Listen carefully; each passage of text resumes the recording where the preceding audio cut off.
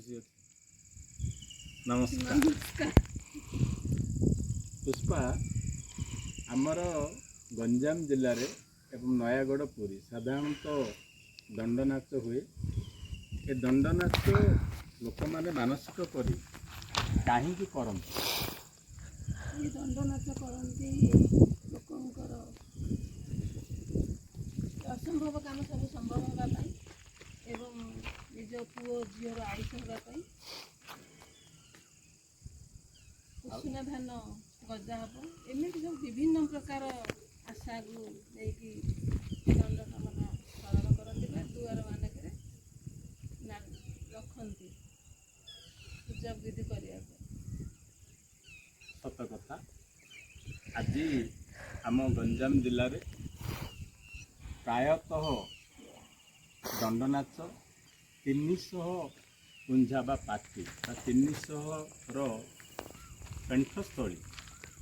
रु ऊर्ध दंडनाच अच्छी। विशेष भाव लोकनृत्य बा कला नृत्य गंजाम जिले में 64 प्रकार से दंडनाच आमर अन्यतम हुड़की नाच कृष्ण नीला इत्यादि इत्यादि मुझे कथा कहवा को जाऊना एवं आम विशेषतः गंजाम जिला एवं पुरीर किछि अंश नयागढ़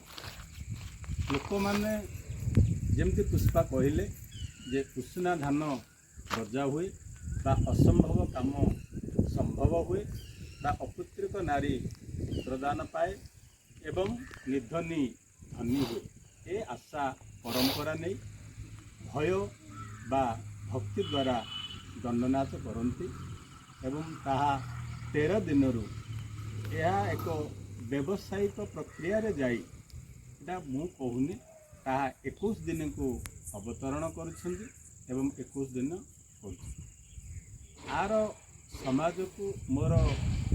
विनम्र भावे निवेदन करुछि जे ए दंडनाच आज चली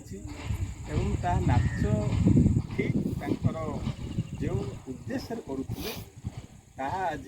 नाच द्वारा अश्लीलता बा नग्नता जो कोर्ट न्याय रे पहुँची जहारी फल आगामी दिन में दंडनाचर अश्लीलता उपरे कटकणा जारी रही एवं सब कलेक्टर परमिशन आने को अच्छी ताहा न्यायालय रे झुलंता अवस्था एथिपाई पूर्व प्रथमतः तार उद्देश्य अलग थिला एवं महान थिला ताहा धीरे धीरे कलुषित आज समाज रे हो जाइछि। प्रथमे जे कहीपर जे 13 भुक्ता कले पाटभुक्ता मेरु जो दिन 21 दिन हुए पाटभुक्ता को ओलटाई झुलांती कहीं जानी ओलटाई गोड़ बांधी दे झुलांती जानी ना यह भी खाली से पुष्पा नुहति प्रायतः मु पाटभुक्ता को एवं जो माने नाचर मास्टर अच्छा बुझी पचारि एवं मो विचारधारा परी बा मु संपूर्ण उत्तर बुझिला भली कहीं देना कहीं कहीं कहते जे माँ होचंदी काली दंड 21 दिन बुलिला पर माँ को रक्त दरकार झुलेला भले से माँ को रक्त दरकार बोली नाकरू 3 टोपा रक्त झुलांती यही प्रकार उत्तर दियंती किंतु वास्तव में सेहा नहीं एटा प्रकृत में जमी रजांक आमर गंजाम जिले में सेतेबेले ए इलेक्ट्री रो सुविधा नथिला एवं से माने चैत्र मास खरारे जो रजांक शासन थिला से शासन समय रे राणी बसुथिले खरा दू बा तू खरा समय रे आंब तोटारे राणी शयन करथिले एवं तांकर छोट कन्या संतान से जहाँ कह गले जो आम दौड़ी खटिया ढाबा मानक देखी से खटर शयन करते एवं सैन्य मान बा राजांकर जो सैन्य मान थे जगी ठीक समय जो आम चंपावर कहूचे से चंपा नाग गोटे नाग सर्प बा साप आसी नारी पाखक जिते से संतान से नारी केश मुकुली थाए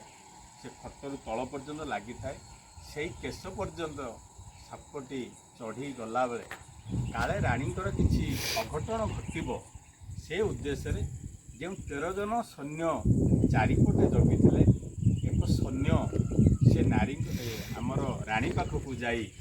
गोटे तांकर खंडा द्वारा से सर्प को छेदन करथिले। ठीक छेदन करने समय से रक्त छिटिका रानी को उपरे पड़ीथिला एवं रानी निद्रा भंग होइथिला। नारी जेते रानी जेते बेले अनेइले एवं से शयन बेले तांकर शरीररू किछि अंश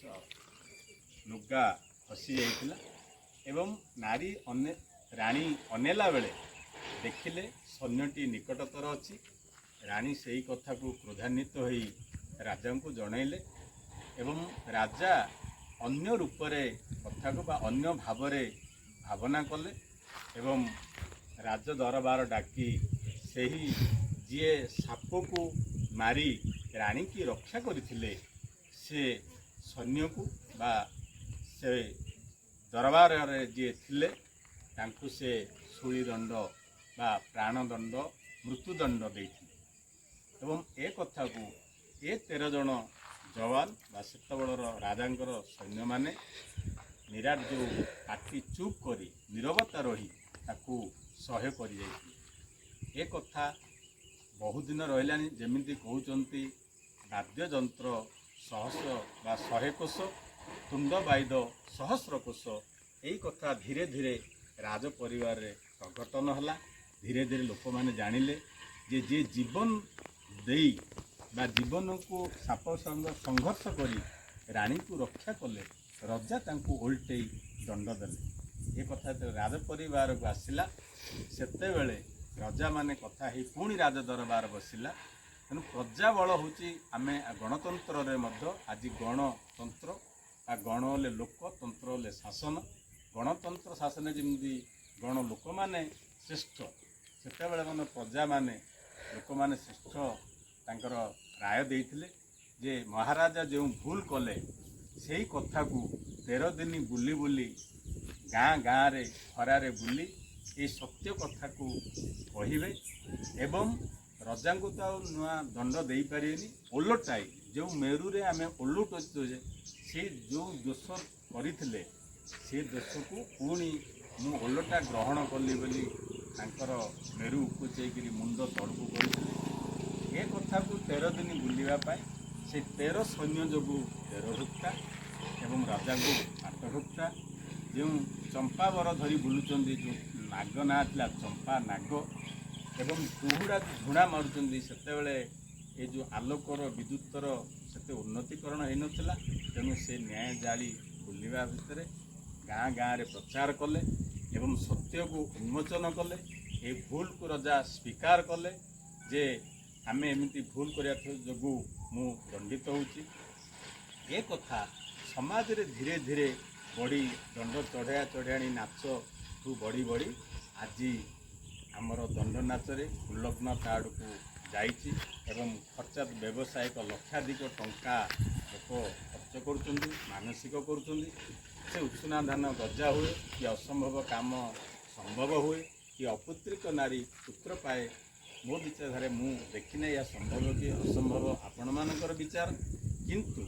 ए अर्धनग्न को रोकवा समस्ते आम समाज रे सचेतन होगा आवश्यकता अच्छी एवं सत्यर कथा को कहिबार साहस जोड़बार अच्छी एवं अन्याय को प्रश्रय न देवार आमे मध्य समस्ते सचेतन है मुख बंद करी रहिले ए समाज आगु को उन्नति हेबनी गोटे रुग्ण समाज गठित हम रुग्ण मानसिकता हम। तेणु आम ये मानसिकता को बढ़ेवा सचेतन कराइबा एवं गोटे सुस्थ समाज गढ़ा समस्ते विचार करवा एवं ए दंडनाच कर आवश्यकता अच्छी किंतु ए उल्लग्नता को एवं ए जो अन्यान्य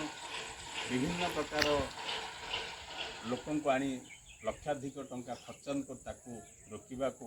ଆଜିର ଏ ଛୋଟ ଭିଡ଼ିଓଟି ପ୍ରୟାସ ରହିଲୁ। ନମସ୍କାର।